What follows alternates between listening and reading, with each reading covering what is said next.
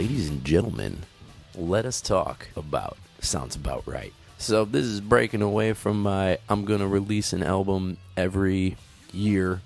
But this album, Sounds About Right, this is where we first see the soldier with the guitar. Basically means like standing firm on what you believe in, fighting for what you believe in, using my art as a way to promote positive change in the world. It's kind of what that symbol means. Clearly, I took a little more time on this album. And I was in a great place. I was still in the Middle East, but I was also moving around. Like I was living in like outside of Bangkok for a little bit, going to school, teacher school, to learn how to be a teacher. Bangkok's fun, like downtown, but like it's a lot. I kind of like stayed in the outskirts, and I really felt very connected to the little small town I was in. It's still part of Bangkok, but many people say this is my best album. I will probably agree, pound for pound, punch for punch. It's got a lot of the best songs on it. It's the dragon I've been chasing for a while, for sure. If I could, like, the recording quality was relatively good. The songwriting was relatively good. Because, like, sometimes now I think I focus more on, like, the sound quality than the actual song quality, if that makes any sense. I like the album name, Sounds About Right. Honestly, when I was recording it, I'm like, sounds fine, sounds about right. You know, it's as good as it's going to get with my ability of recording. Could be about, sounds about wrong, but no.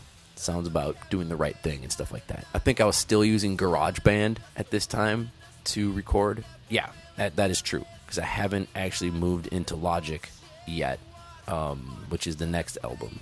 Again, I was in a really good place. I was about to leave Qatar and move to China. I was facilitating a music venue in Qatar it's part of the Ritz-Carlton. It was called the Admirals Club. Dilip, love you, man. That was a great experience. I think that really helped me because I used to run sound and like put shows together and stuff back when I was living in the Twin Cities, and I was able to transfer that over. And like every night from Wednesday, Thursday, Friday, Saturday, we'd always have live bands, because like everywhere was just like DJs. I even had one of the dudes from like Oasis, one of their managers reached out. He's like, I can't remember which one. They're like he DJs now. He's like the DJ or club. Here's our writer. We need a hotel room. And so I'm like, you're welcome to come. You're gonna get a cut. You're gonna get a cut of the door. But like we like a bunch of the DJs are trying to get in there because it was a hot spot. You know, it was fun. There's a bar. I gotta talk about the Admirals Club for a second here, because this album probably wouldn't have existed without the Admirals Club, and I was able to practice these songs because I'd play like 2 times, 3 times a week, because I ran it. I booked the bands. I feel like I ran a pretty tight ship there, and the bands liked it too. Because there's like no real places for these bands to play. It was wonderful. This has nothing to do with the album, but let's talk about the album. This is probably my favorite song. I've never gotten sick of playing it, and it's all about it's okay to leave your home. I'm waving, you're waiting. I'm waiting, you're waving. And it's just about some of like my trials and tribulations, like when I got like robbed in Bangkok. Oh, that's a story. It's a fun song, and no matter what, the road will always lead back home. And like before I play this song live, I always like to tell people that I'm a long ways from home, but as long as I'm on stage, I'm exactly where I'm supposed to be. So, yeah, you know, got that scream in there. Like, man, I love doing that. Sometimes I can't hit it live, but like I'm going for it. I feel so good. The music video footage is I played an awards ceremony for the Guinness Book World Record largest game of hide and go seek in Qatar, and then I was playing like the after party like in Qatar, I think is what it's called.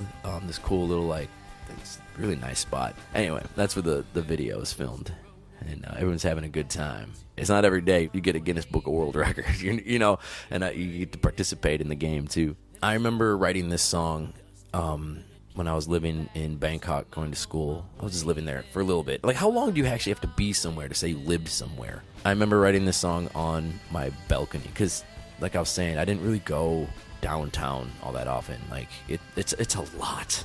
It's a lot downtown. It's great, but like not always in the mood for a lot. So I would just hang out, get a couple beers, sit on my balcony, and just like and I wrote this song like super quick. I captured something that day.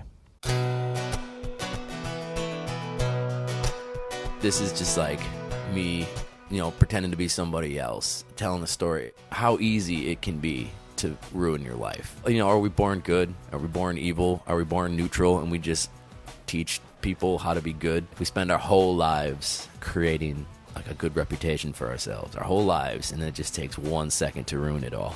And that's kind of what this song is. And I love the I got that synthesizer. It's basically just talking about how easy it is to mess up your life in song form.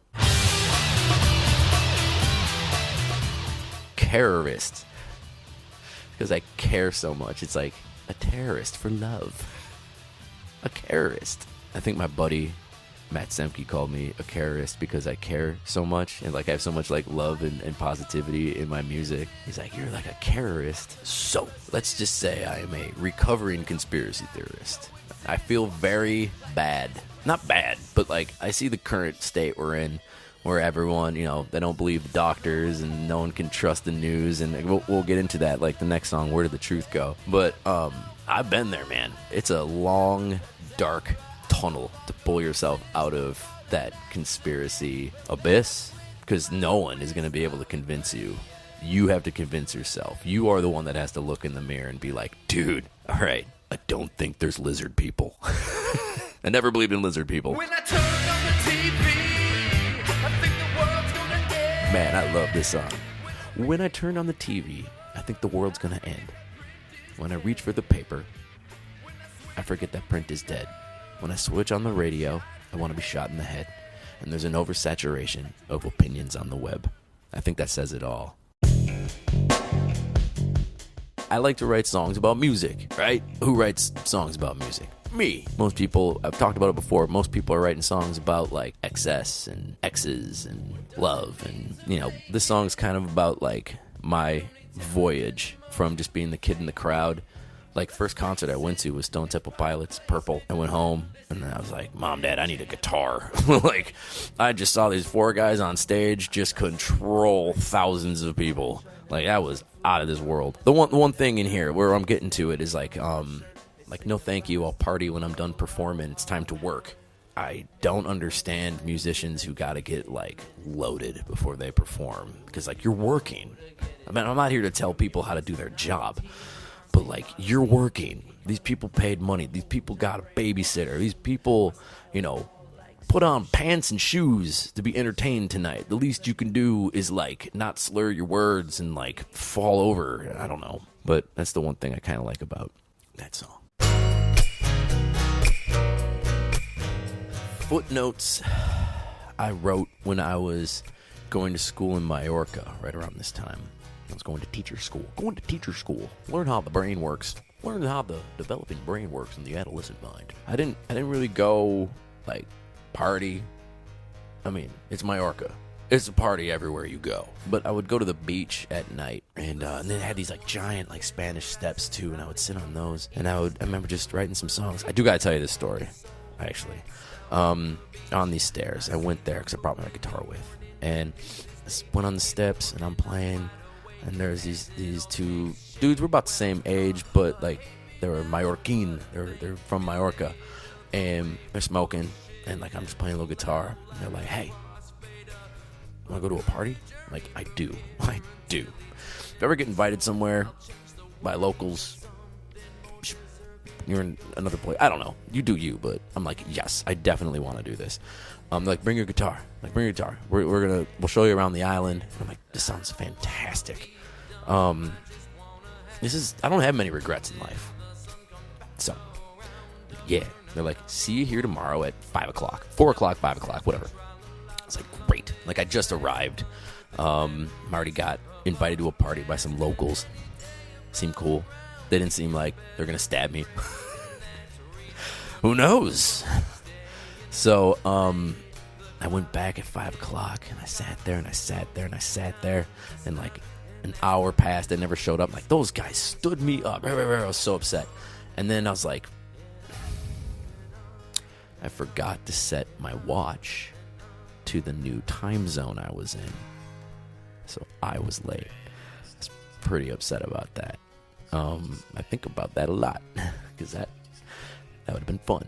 On those same steps, looking over the water, looking over the old Mediterranean, is where I wrote Footnotes, though. And, you know, I bet that moment influenced the song, because it's all about, like, I mean, because, like, footnotes in a book, we're all, like, if we're lucky, gonna be a footnote in history. I remember, like, just staying up all night, being up on the beach, and, like, you don't know who's, like, sleeping there. You know what I mean? When it's dark, but once the sun comes up, you're looking around, you're like, wow, there's a bunch of people that clearly didn't want to get a hotel room. They're just sleeping on the beach. And then you start seeing them. And then again, you know, like, seeing the moon in the morning is always kind of a magical thing. I've been traveling a lot, and sometimes you don't need to, like, speak the same language. Like, I remember when I was in Thailand one time, I'd just go around. This is before, like, smartphones and Wi-Fi and stuff, and, like, I'd go talk to people, but I wouldn't talk to them. I would, like do a little drum jam, get some, like, beer cans, and then they'd, like, look at me like, what's this dude doing? But then they'd join in and be like, dong, dong, like the lighter. We'd have, like, a little jam session at, like, a little, like, outside a little, like, convenience store. That's how I talk to people. I remember I was in Belgium when I wrote this, because I just wanted to make, like, a happy song, you know, like, you know, make the moment. If you're not having a good time, or if you're bored, you should probably fix that situation. You're the one that can fix that. And, you know, the first words, focus on your breathing, live between those lifeless pauses, because you'd, like, before you, like, once you inhale and when you exhale, there's that moment where you're not breathing anymore. Like, focus on that. My wife and I are at the start laughing, like, boom, boom. I wish I sung it a little better. When I do it live now, I think I can sing it better. But on the recording, it's fine. It could have been better. This one's fun. I haven't listened to it in a while. My buddy Charlie, he's like, this is my favorite song. And I'm like, yeah. But there's a lot of, like, twists and turns to it. It's got that low pass filter. And it's got that breakdown in the middle. This song is about not just, like, living for today, think about tomorrow. I remember I used to do this song a lot back in Qatar at the Admirals Club. Yeah, that's all there really is to say about that one. I love that song. I'm so happy. It's a great song title. So I want to write more like what I call campfire music. A couple chord songs with some easy to remember lyrics, stuff like that. And that's what this one is, you know.